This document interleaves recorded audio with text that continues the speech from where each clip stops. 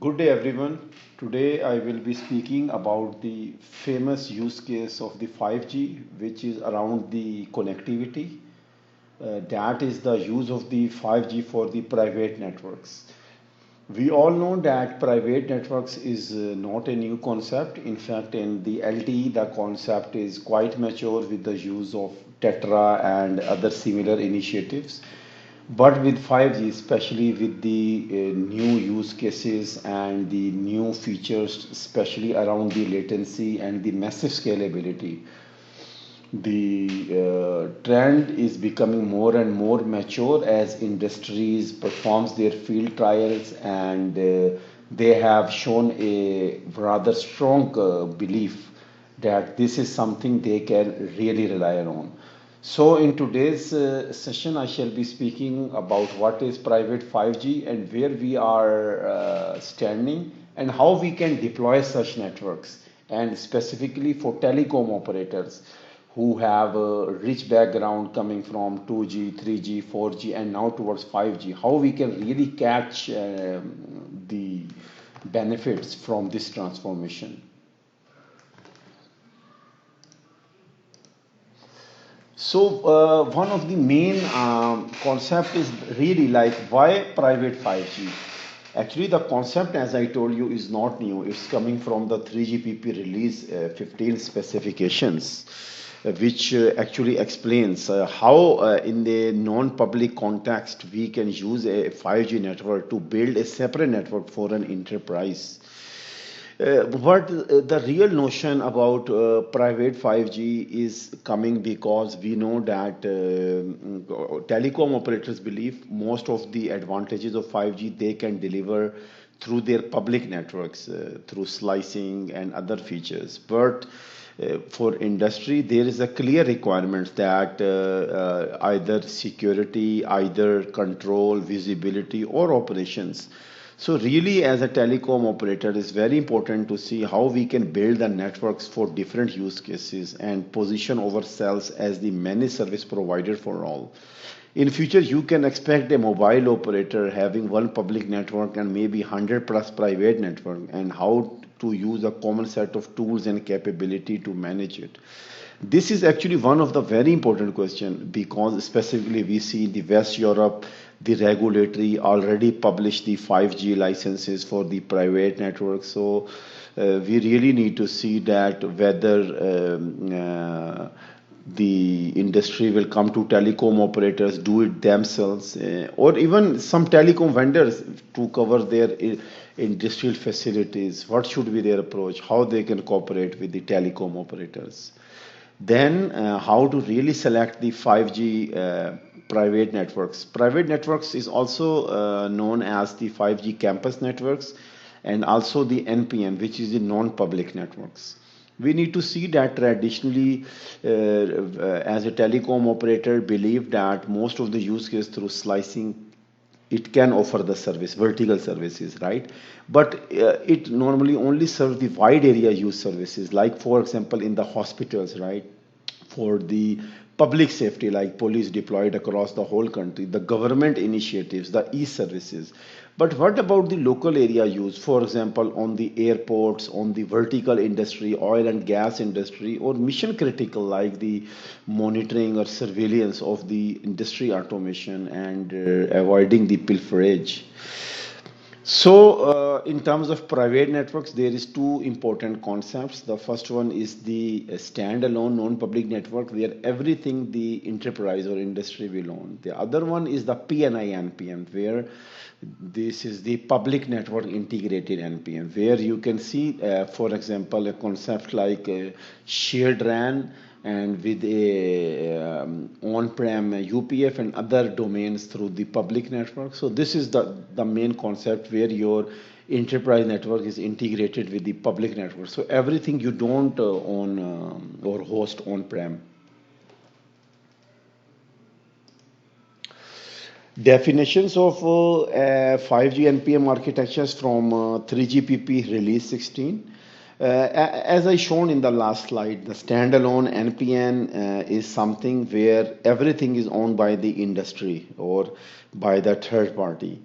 Whereas in the public network NPN, we deploy it with the support from the telecom operator. So there is a core network functions hosted by the telecom operators, whereas the other facilities like even the RAN or the other related part and maybe the UPF itself, right, is hosted on the enterprise or industry with the full control.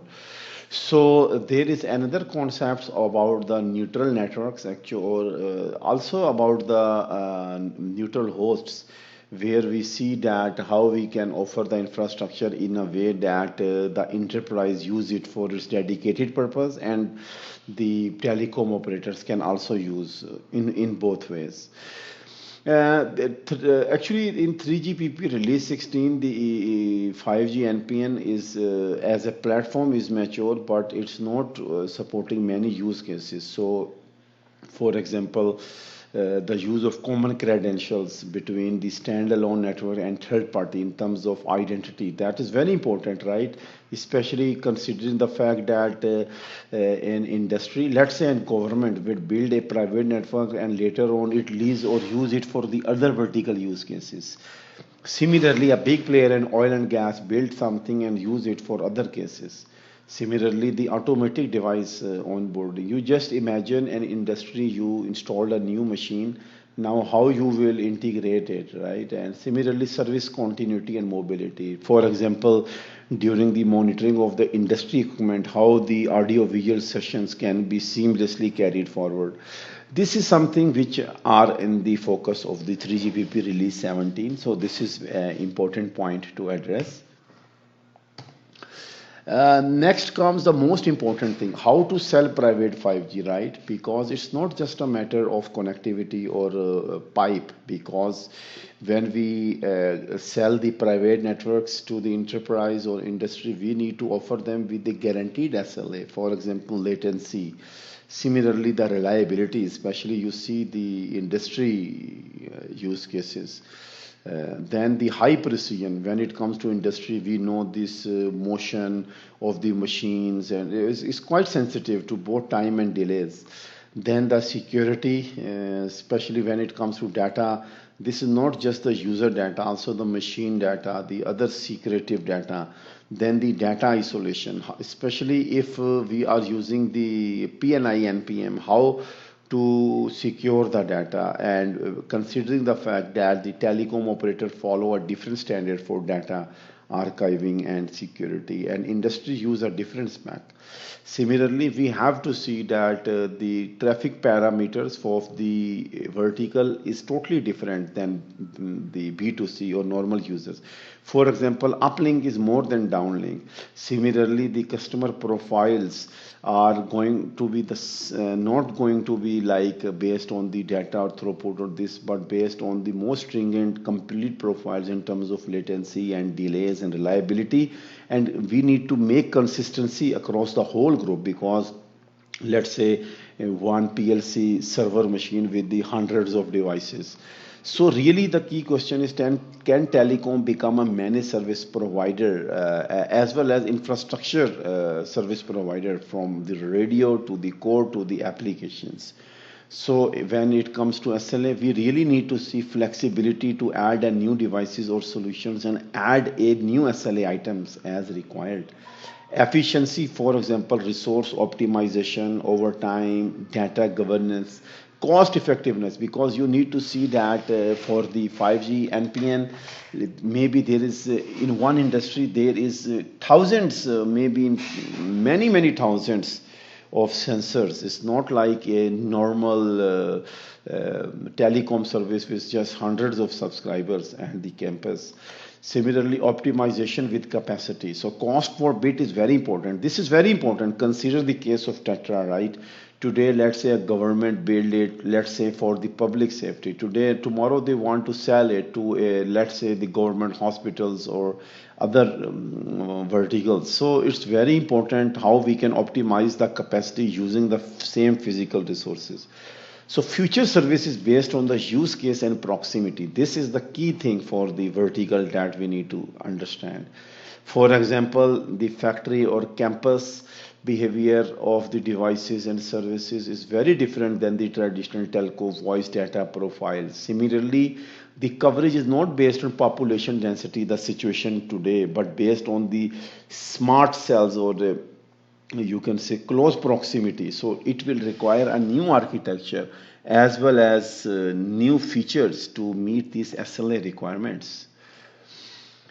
When we talk about 5G, private 5G, we must see from telecom operator, because our first direction is to use the network slicing to offer. As we can see, when we talk about network slicing, the key value or differentiator for telecom is end-to-end network slicing, right? So there is a different domains, for example, the RAN, the transport, the core, the WAN, each with its own orchestrator. So each of this domain will come with its own NSSMF, the network slicing subnet management functions. It is because it has to abstract the slice general characteristics with the southbound, which can be a vendor proprietary or a domain proprietary information in terms of provisioning and the management. On the top, we can see that there is an orchestration capability, let's say called the NSMF, Network Slice Management Function, which converts from the customer facing services like the TM forum or the business layer information of the slicing. For example, the business characteristics of the service to the technical characteristics. As of today, we see that the network slicing manager is not fully mature. But the industry is maturing very fast, especially after release 16.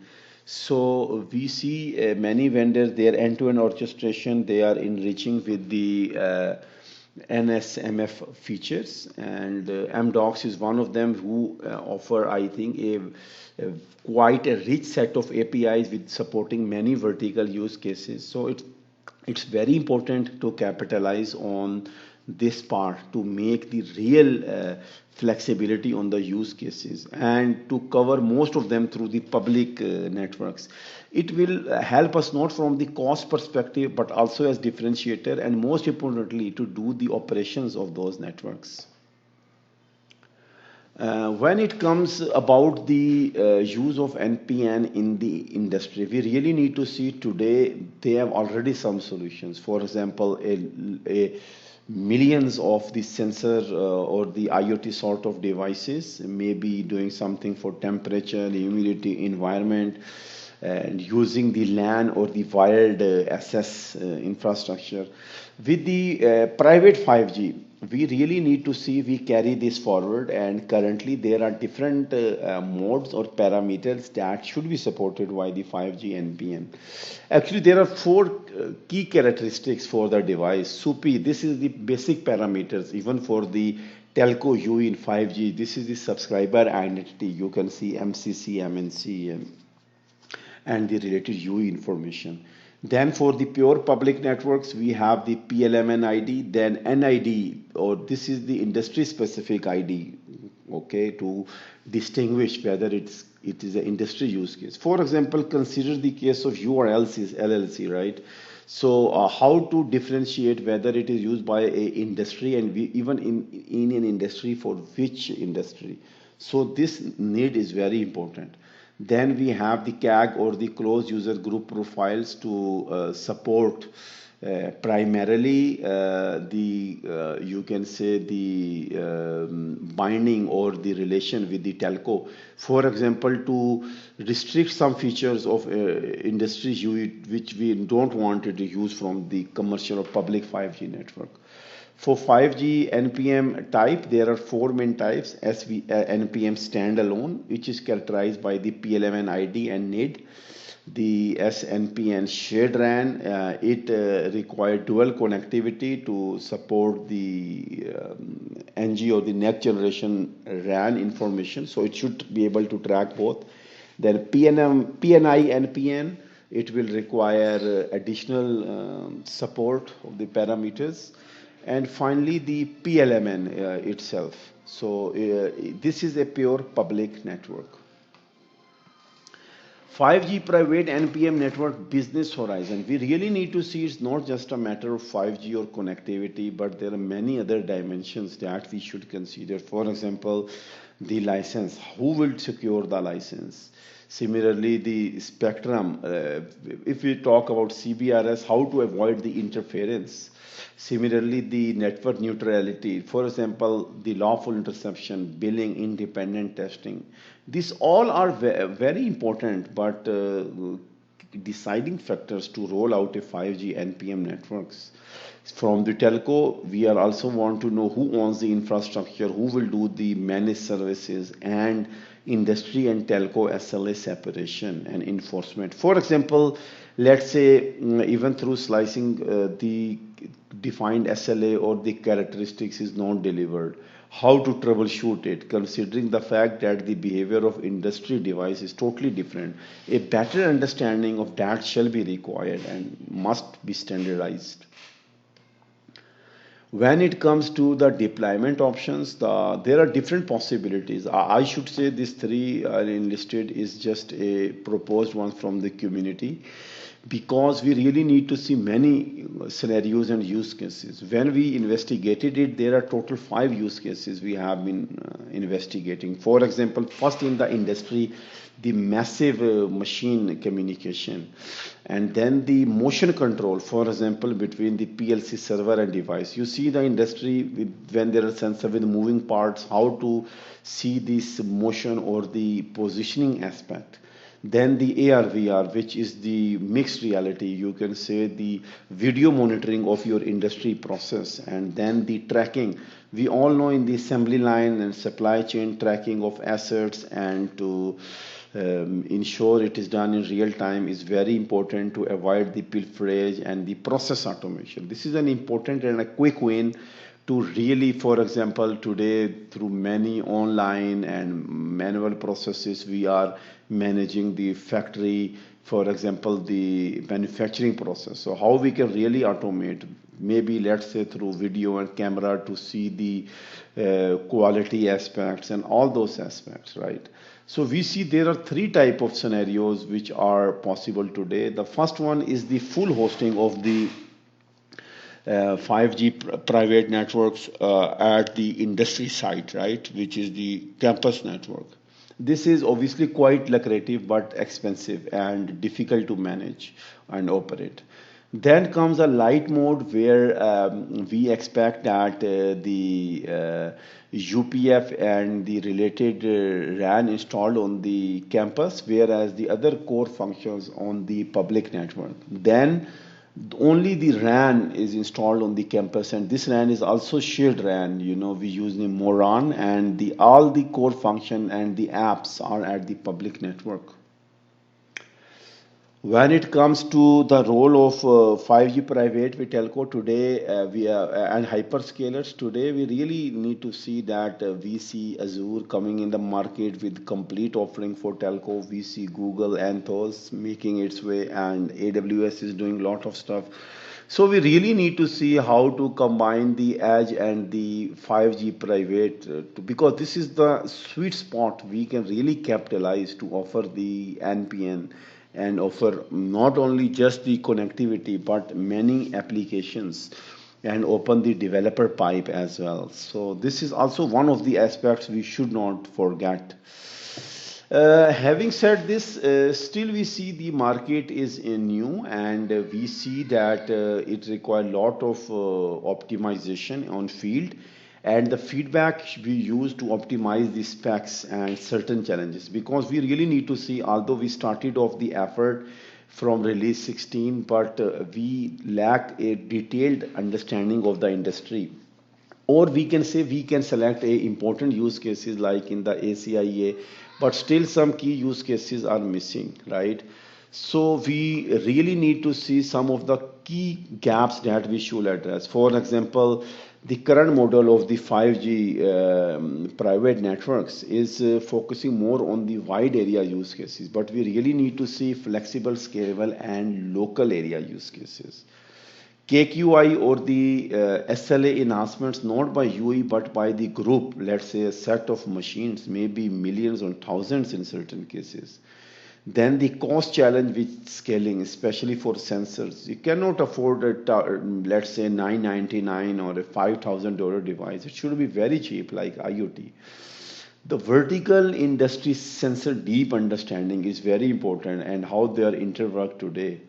Similarly, the system integration, how we can seamless integrate the vertical industry with 5G and telco through NAS service abstractions and also do the legacy integration is very important. In terms of security, it's very important because we really believe that we have to make this platform cloud native, and this is why 5G SBA and cloud native is really helping.